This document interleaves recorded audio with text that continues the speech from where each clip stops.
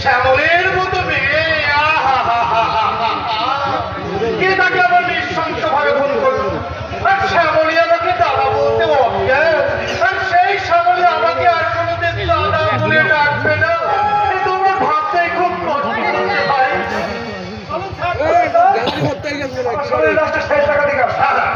যাবো ভাইকে নিশ্চয় যাবো, আর শুধু গেলেই হবে না। আমার তো দেবো নাকি সপ্তগ্রামের মাটিতে জীবন সমাধি দেবো, যাদেরকে কোনো শয়তান দ্বিতীয়বার এই কাজ করতে সাহস দেয়। তুমি নিজেকে সাধু সাজাতে পারবে না, তোমার শয়তানি মুখ শ্বাস খুলে গেছে।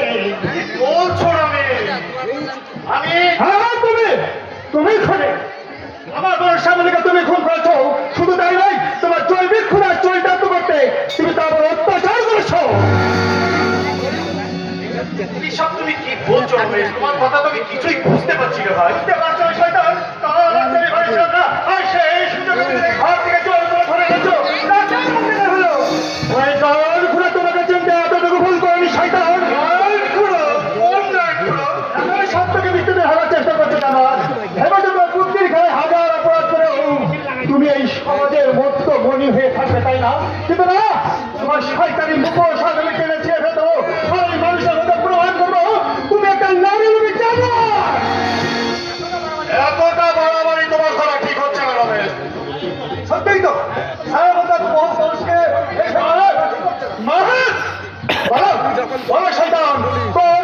পরিচয় দিতে একটা কুমারী মেয়ের আশা ধরে সাক্ষ্য দিয়েছ।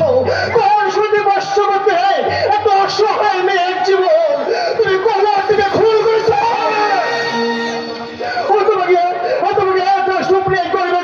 ছিল এই অপরাধী কি তোমার চিৎকাংশার হাড়ি কাটে তাকে বলি হতো হলো।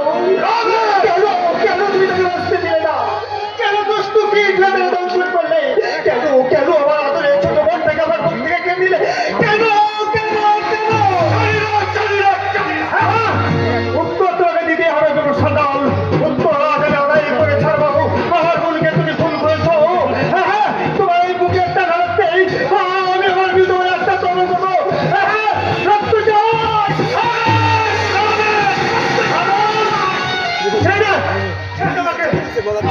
তুমি মরিয়া এই শয়তানকে এই পৃথিবীর মুখে বেঁচে থেকে আমি সুভোগ করতে দেবো না।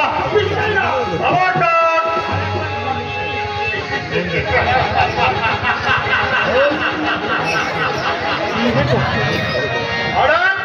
চেষ্টা করলে আমার ওর ছেলের বন্ধু শয়তান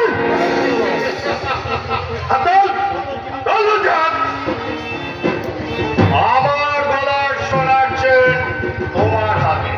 ভেরি গুড ভেরি গুড বাদল।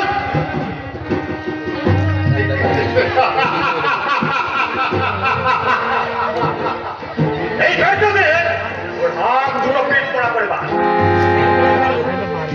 শয়তান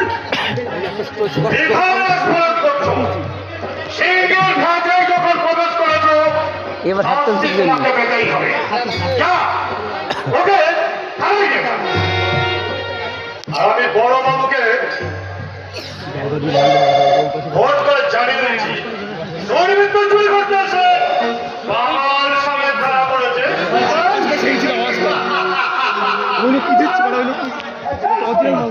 কতদিন আমাকে তোমার এই ষড়যন্ত্রকাল ছিন্ন করে থেকে আলো একদমই বেরিয়ে আসতে হয়। আর সেটাই দেখো কেমন করে বাঁচতে হবে এই সমাজের মধ্যে বাঁচতে পারবে না। আজকে তুমি পারবে অবশ্য আমার ক্ষেত্রে নিয়ে যাবে তোমার জীবন চাই নাকি? আমি প্রতিজ্ঞা পূর্ণ না হওয়া পর্যন্ত আমি নিশ্চিত ঘুরে থাকবো না। অবস্থা তো হয়ে গিয়ে চোখের জন্য মুখ ভাসিয়ে তোমার তো অপরাধীকে প্রশ্রয় দিয়ে আমি সমাজকে আমি ধ্বংসের মধ্যে ফেলে দেবো না। একটা সামাজিক আর পাঁচটা সামনে তোমার মতো জানালেন আলোচনার শিকার আমি হতে দেবো না। কিছুতেই না কিছুতেই না। রমেশ কোথায়? অনেক কিছুই করতে পারবে আর শুধু তুমি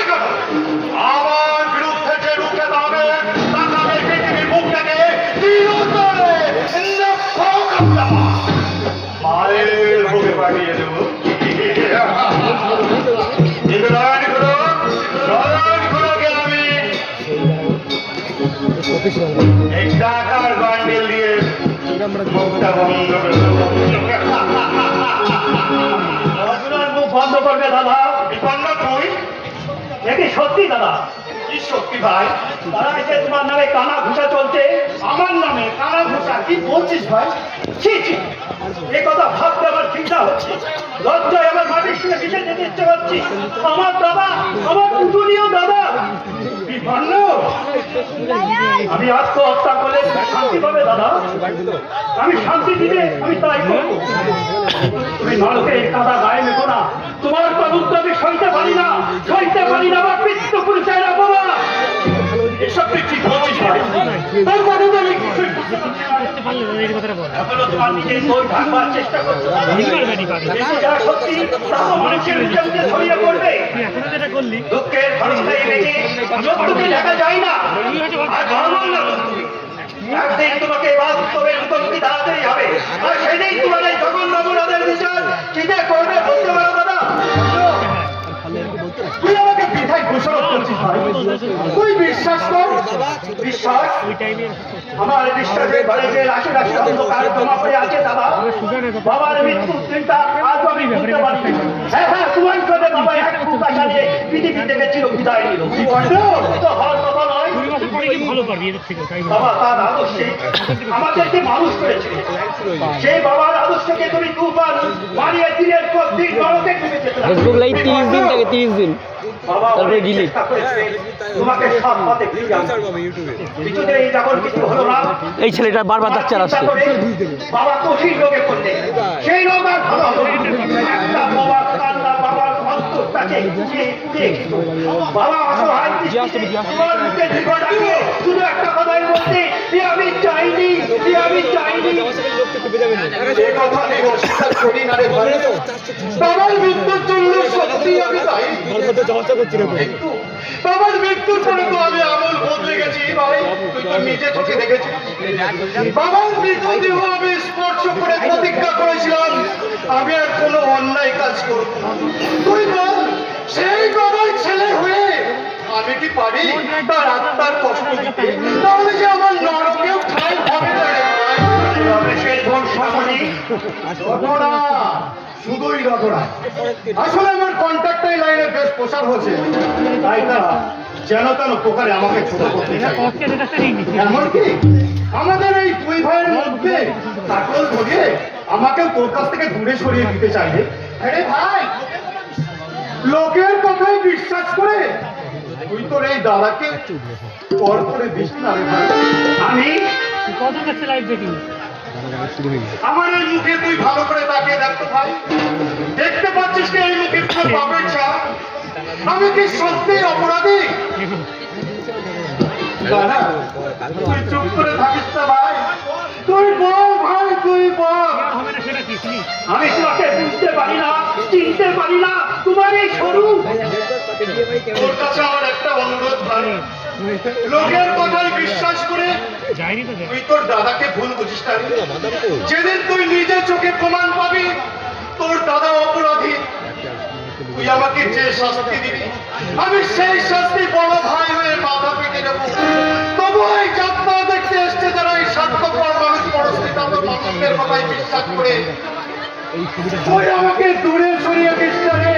তুই আমাকে দূরে সরিয়ে দিস না। তুই আমাকে দূরে দাদা আশ্চর্য।